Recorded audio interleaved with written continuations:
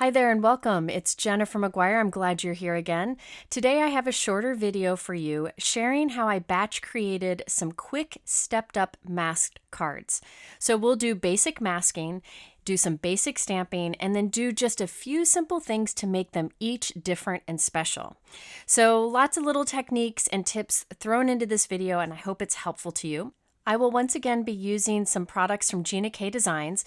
I did a video yesterday using her new kit, and today I'm back sharing more ideas for it. And I also wanted to mention that Gina K always has a free gift with orders of $75 or more. Just something to keep in mind. A pop-up will show and you get to choose which free gift you want. I will put information for that in the YouTube description below. Now here is the kit that I'm using and I used in yesterday's video, which by the way, I will link up here in the top right and in the description below. Now this kit has a lot in it, so I wanted to do two videos. You have two 6x8 stamp sets, coordinating dies, a circle stencil mask, which I'll be using today, layering floral stencils, which I used yesterday, and a part of a free thing you get with this kit is a 3D embossing folder with coordinating die and coordinating layering stencils. I used that in yesterday's video also. Today I'm focusing on that circle mask and a few of the stamp images. So this is the Harvest of Happiness stamp set that's in that kit. Later you'll be able to buy it separately. I'll be using an image from that first and a sentiment from that. Here is the mass circle stencil from that kit, and I'll be using that on every one of my cards. I will also use a little bit of the fall silhouette stamp set that's sold separately from the kit. I just wanted to show it to you now. I'll be using a sentiment and a leaf image from this. It's a great set. I will also be using the older Gina K Master Layouts 14. In this Master Layout set, there is a rectangle die with faux stitching. I'll use that on some of my cards. And I'll also use the Gina K Master Layouts 1. That's been out for a long time. And there are two rectangles in there, one slightly bigger than the other. I'll be using both of those. But you could always use a trimmer if you prefer.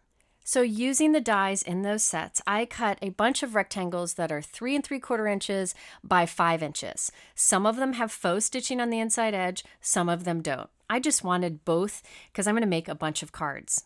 All right, next up I have my MISTI stamping tool with the grip mat inside, and I'll place one of those rectangles right onto the grip, right kind of towards the center. Again, this rectangle is 3 3/4 by 5 inches. Now I will use the circle mask that's in that kit, and you can place it right on top. There are actually etched lines that line up with different size pieces of cardstock. There's even an etched line for this size piece of cardstock. And that would give you a circle right in the center. However, I want my circle to be higher than center, so I will line up the bottom of the stencil with the bottom of my cardstock, and that etched line that matches the width of the cardstock, I'll line up with the sides of my cardstock. Now, over this, I'm just doing quick inking. I used a variety of different Gina K inks and just did kind of a trio of colors fading from the top to the bottom or bottom to the top. You could do any kind of inking that you want here. Again, I kept it very simple. I wanted to make a handful of cards in a quick amount of time, but also add details to make them special. So there I've done some quick inking, and I love how I have that focal point right there at the top center. Now this is an Altenew alignment guide. It's like a corner stencil that I place down right in the corner of that cardstock.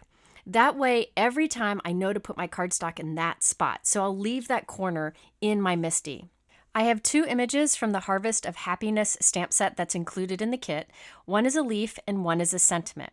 The sentiment I'm putting kind of at an angle at the bottom right of that masked circle. I will then start to curve the stamp on the door of my MISTI, and I keep adjusting it until the curve of the stamp matches up with the curve of the circle that we've inked. Now there are other ways to do this, but I find this to be the easiest. Just keep adjusting it, closing the door, looking and seeing if the curves match up. It does not have to be perfect, but I find that this is more interesting than just having the sentiment straight there. So it'll match the curve. Now I want to test this before I actually stamp it on my cardstock. So I'm just taking some clear packaging, stamping with black ink, and testing where that sentiment is placed. I can always clean off that packaging and use it again, but now I was able to test the position. Since I was happy with it, I'll ink up my images and stamp with black. You could do white heat embossing if you wanted for the main image, but I really like the look of the black silhouette images against that fun color. Now this you could leave as is, but I'll show you how to step that up a little bit later on. All right, now I'm going to take another one of my white rectangles, put it right into that alignment corner. Every time I'll put it right into that corner, and that way I know my stamps are in the right position to stamp again. I will come in with that mask stencil, line it up as I did before, and do some more inking here. So I'm changing up the colors here. This is blue raspberry, key lime, and a bit of soft lilac. You just want to make sure those colors overlap, which will create new colors. Then I can remove the stencil and stamp once again. So there we have different colors, but the same overall card design and images. This would be a great card design to batch create for the holidays. You could ink up whatever color circles you want and stamp different images on them. Maybe a silhouette of a Christmas tree, or maybe an ornament or a snowflake, and change out whatever sentiments you want. You can make quite a few of these very quickly. Now here's another one. This time I use medium orchid, medium carnation, and sweet mango. But I'll do that stenciling, remove the stenciling, and then stamp the image once again. And I'll get perfect placement every time thanks to that little corner that I put into my MISTI. Now I thought I'd do some others with the same sentiment but change out the main image. This allows me to get each of the cards to be a little bit different, but I'm saving a lot of time by doing the same overall design. Now the stamp that I'm switching to is one of the silhouette images from the stamp set I showed you earlier. This is the fall silhouette. This has lots of great sentiments in it. In fact, the just because I'll use a little bit later. But for now, I just picked one of the cool leaf images. And I'm placing that over off center to the left so that I have room for that curved sentiment off to the side. If you prefer, you could center the main image in the circle and curve the sentiment just directly below the circle, centered also. But I like this kind of offset look. Now you could continue to make lots of cards this way. You can see how easy it is to do, but I wanted to show you that you can also stamp on top of a stencil. So first off, I have an ink circle here the same way I've done it. I did switch the sentiment to be just because. I placed it on an arch also, and that sentiment is from the Fall Silhouette stamp set. I'll take this panel out, I'll add a stamped image later, and put in a new panel. And I'll actually stamp this image on several different panels. Now I will come back and do the ink circle on these, but you'll see why I'm doing this first, because it'll save me time in the end. Just know you can change up the order of things so that you can change up little different elements of the card so you have a variety. Okay, after doing some stamping of those sentiments on different panels, now we can bring in our stencil and do some inking. Here again, I use the medium carnation, medium orchid, and sweet mango. I love that combination. Now I'll take another image from the Harvest of Happiness stamp set from the kit, and I'll place that over the stencil. And I'm going to stamp over that window. Now, there is a little ledge because of the raised edge of that circle stencil that the stamp doesn't go all the way up to the edge, but that's okay. I'll show you a trick for that later. So now I'll place my stencil down again, do some inking here. This time I use key lime and blue raspberry, and I will stamp that image once again.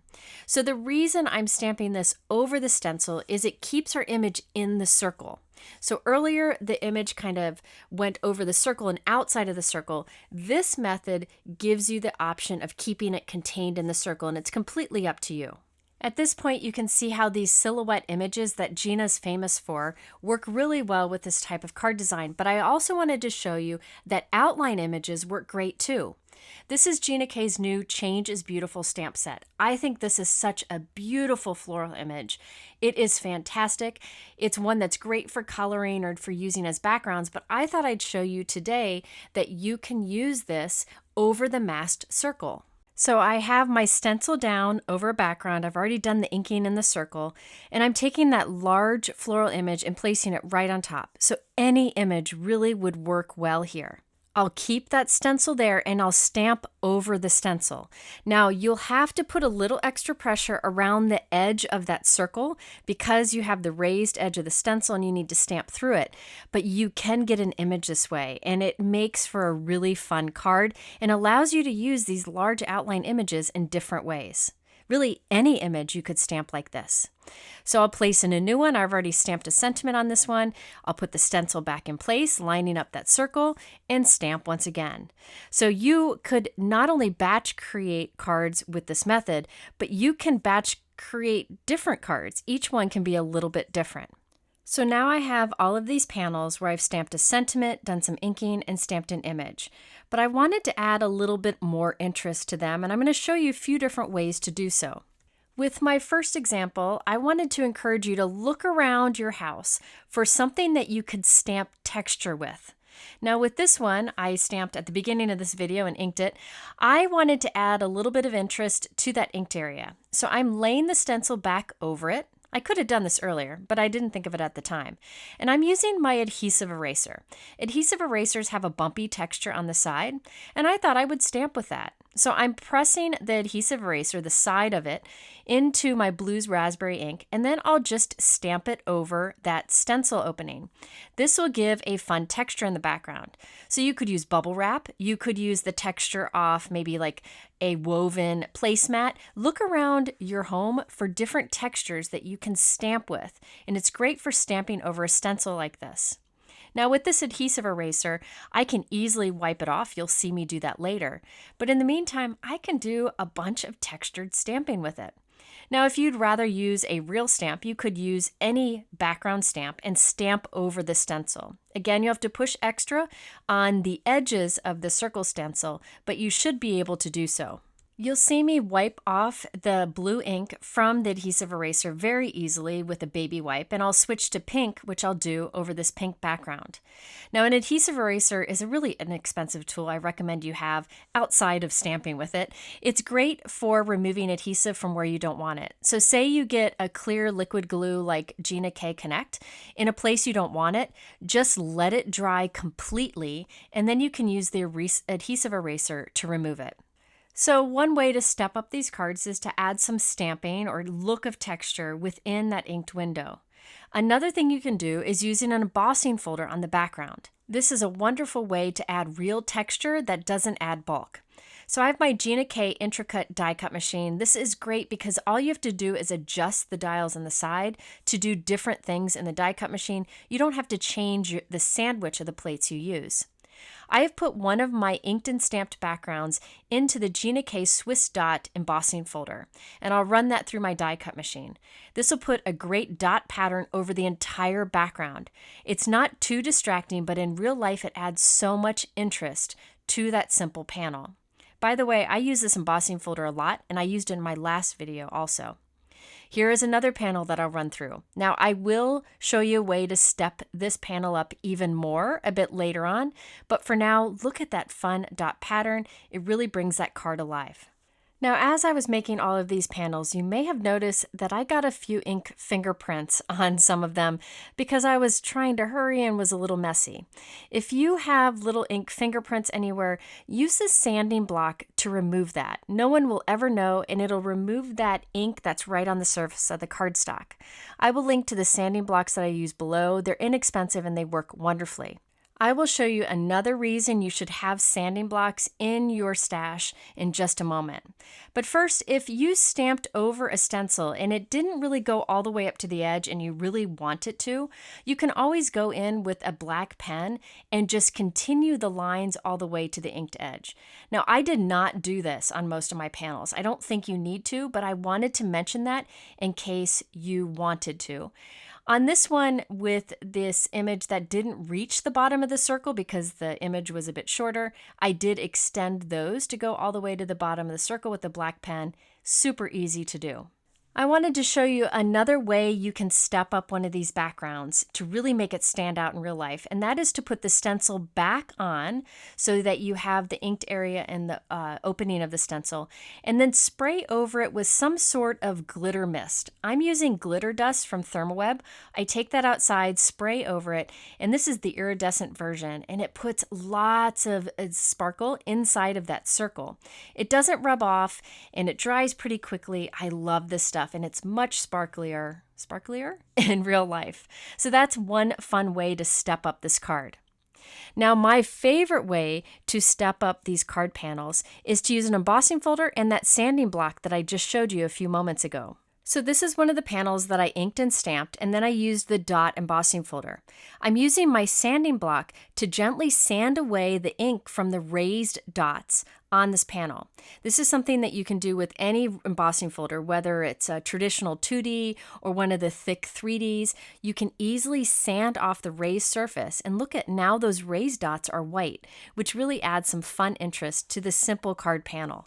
Now, I really like having those inexpensive sanding blocks in my stash. However, if you have sandpaper, you definitely could use that for this method also.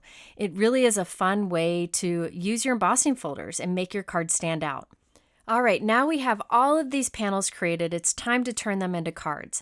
I thought it'd be nice to have a thin black mat to each of these panels, inspired by Gina K herself. Now, she has in her Master Layouts 1 die a rectangle that is slightly bigger than 3 3/4 by 5 inches, which all of my white panels are. So I'll use that slightly bigger rectangle die to cut from black cardstock. But I don't want that center of that black rectangle to go to waste. It's going to be covered up by my panel. So I added 2 dies to the center. I'll run that through the rectangle and the 2 dies, and that way I'll get a thanks die cut and hello die cut from each of these black panels. No one will ever know, and I can save those die cuts for later on. So here I have one of my panels. I put liquid adhesive on the back. That's Gina K Connect. Place it right at the center of that black rectangle. You can see that nice thin outline, and no one will ever know that I cut those thanks and hello sentiments from it. And those sentiments I can save for future cards. So here are all the cards I created. It didn't take long to put all these together. Let's go through them all. Now here's the first one where I sprayed the glitter dust over that opening. By the way, I did put dimension behind that black panel. I chose to use craft foam, which gives great dimension that holds up nicely in the mail, but you could do stacked pieces of scrap cardstock. I just happened to be out. Or you could use foam tape, but I recommend putting your foam tape close together so it doesn't get crushed in the mail. Here is one where I stamped over the mask circle using the adhesive eraser. So I just used adhesive eraser and ink, and I love that that adds some fun texture. So I encourage you to look through your stash, look around your house, and see what different textures you can stamp with. By the way, some other things you could do here would be, again, to stamp with a background stamp over that circle to add like a small print. You could also use like a gel over it, like a glitter gel. You could spray other types of fun sparkly mists. Lots you can do, but I tried to keep the circle simple so we had an overall simple card design. Now here is one where I used the embossing folder, but I didn't sand over the raised dots. And I didn't sand over the raised dots of this next one either. I felt like if I sanded over those raised dots and made them white, it would be too busy with that busy floral image in the center. But on my last 2, these are the examples where I did use this sanding block over that inked area, and it sanded off those raised embossing folder dots. I thought it worked well for this card and for the next one. So there are a bunch of tips and various techniques all combined in one batch of cards. I hope this inspires you, and I want to remind you that I did do another video which came out yesterday, which I will link here at the end. This one uses the same kit, so it's more ideas with the same products, but remember, all of these cards can be done with other products you may have on hand. In my YouTube description below, I have information on the free gift offers and the supplies I used. And at the end here are the videos that I mentioned. Thanks so much for being here with me today, and I'll be back with another video very soon.